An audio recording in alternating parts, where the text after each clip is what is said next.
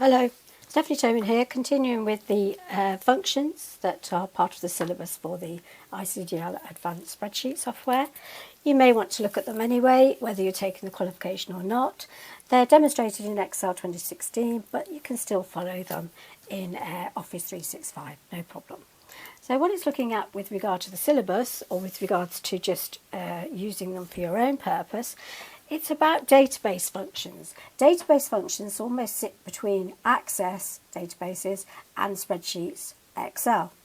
So what it does is it gives you the opportunity to use a normally used function like average, count, max, so you can see them on the screen. But you put a D in front of them, and then what happens is you can start to extract information from large data, things like surveys, and you can use these in a way that has different sort of like, for example, I've just highlighted the max, the way it can be used as maximum, most, oldest.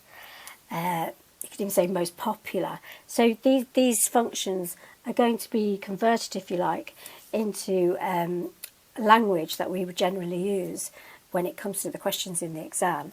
But in life, if you've got a large survey and you want to extract information, like everybody that replied that was female and that lived in a particular town, then you can do that with these functions. They are really, really good. So I hope you enjoy them, and I'll leave it with you. Thank you. Okay, so if we have a look at the database functions and open those up,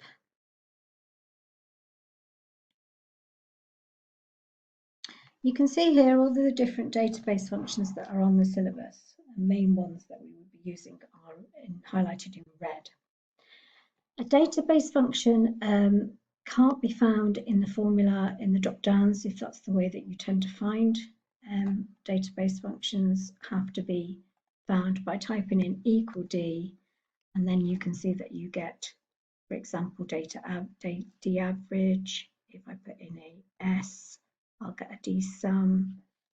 If I put in a M, I'll get a min and a max.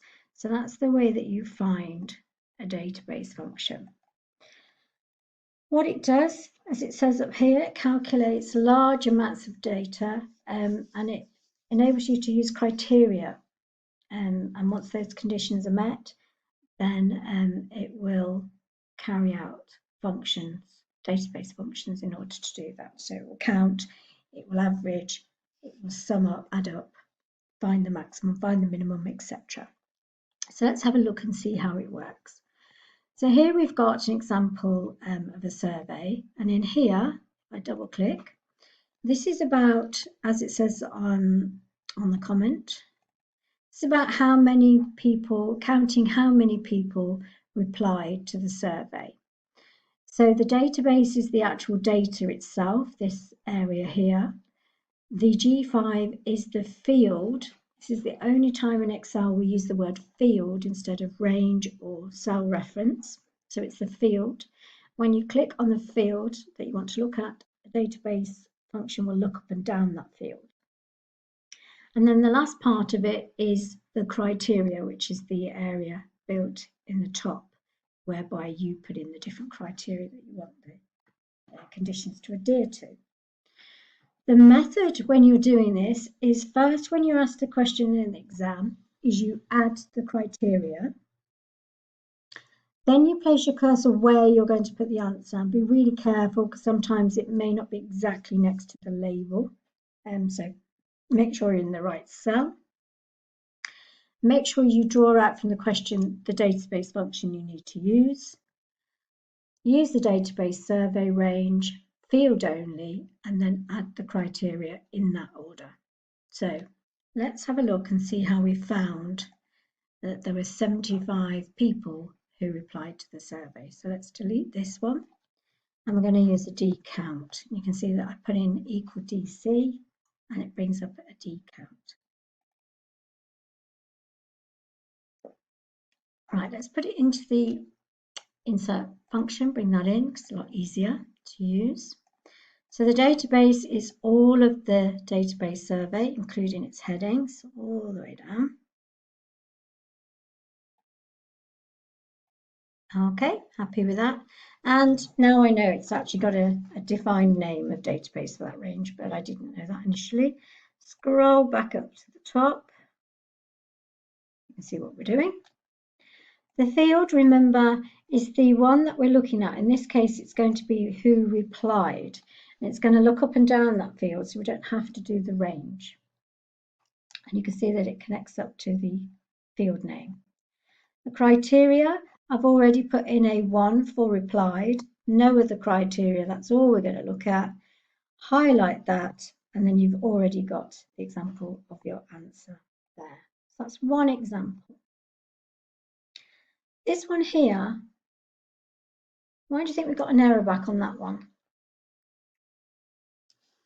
As you can see, I've tried to put in the database defined name, and because I put it in incorrectly, it's not accepted the answer.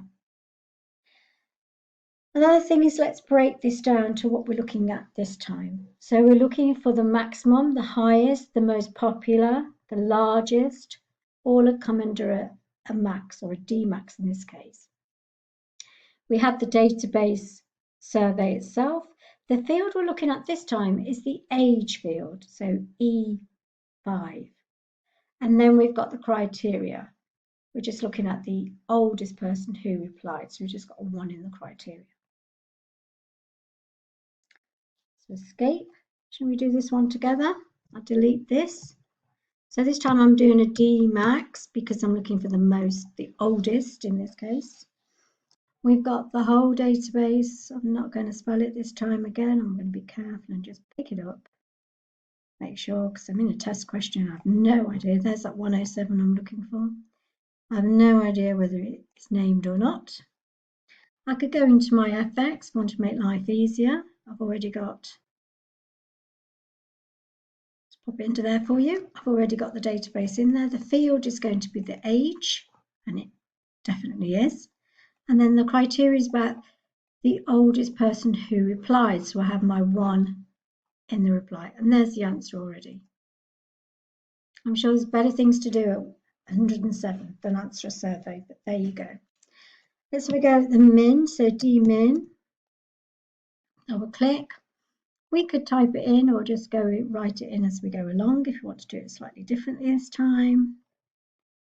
There we go. Scroll back to the top using the scroll bar, comma, looking at the age, again, comma, and criteria. And you can get the gist of what's going on. This one's been done as well. Let's have a go at this one though. So what this one's, we need to see in J10 here, this is the question here, or the instructions. Calculate average age of those who replied to the survey. Okay, so that's easy enough. So equal D average. And I could start to type database,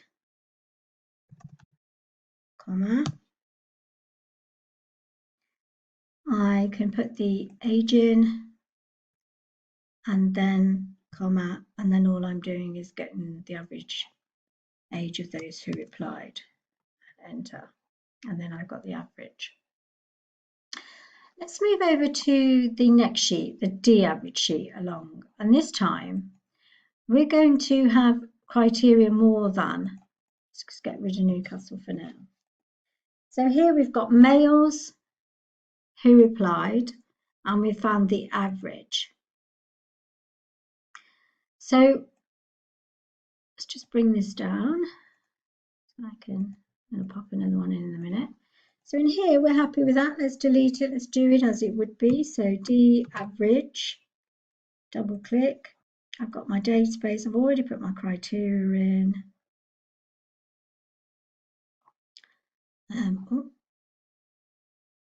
Let's make sure it's actually on it. Let's go the other way. It's sometimes a bit easier to pick it up. Make sure you don't miss anything off or over highlight. Okay, so I'm happy with that. Comma, I have the age, comma, and then my criteria and close bracket, and I get the average.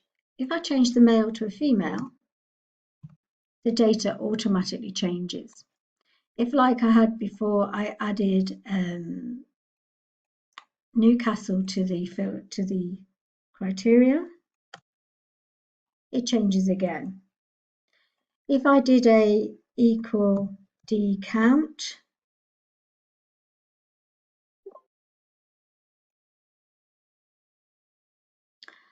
and put the database in. Oops, see how you can type it in wrong. So I'm going to do a D average again, double click. I'm going to pick it up properly this time. Down to Washington, back up. And if I wanted to change it, maybe I could change it to sum. That might work.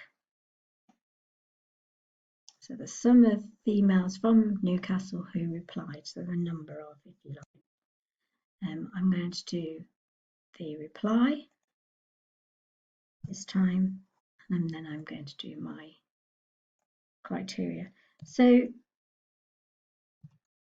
you can make it whatever you want, really. And there's only four females who replied. The total of them is who replied from Newcastle. Delete that, and you'll get all replies. Copy Durham. Try that one, and you'll get 5 replies. So everything changes automatically. Great little function. You've got here how much you would have to do to find an average. There's an example. If you didn't use the database function, you'd have to get all those individuals through a filter, put them all out, etc.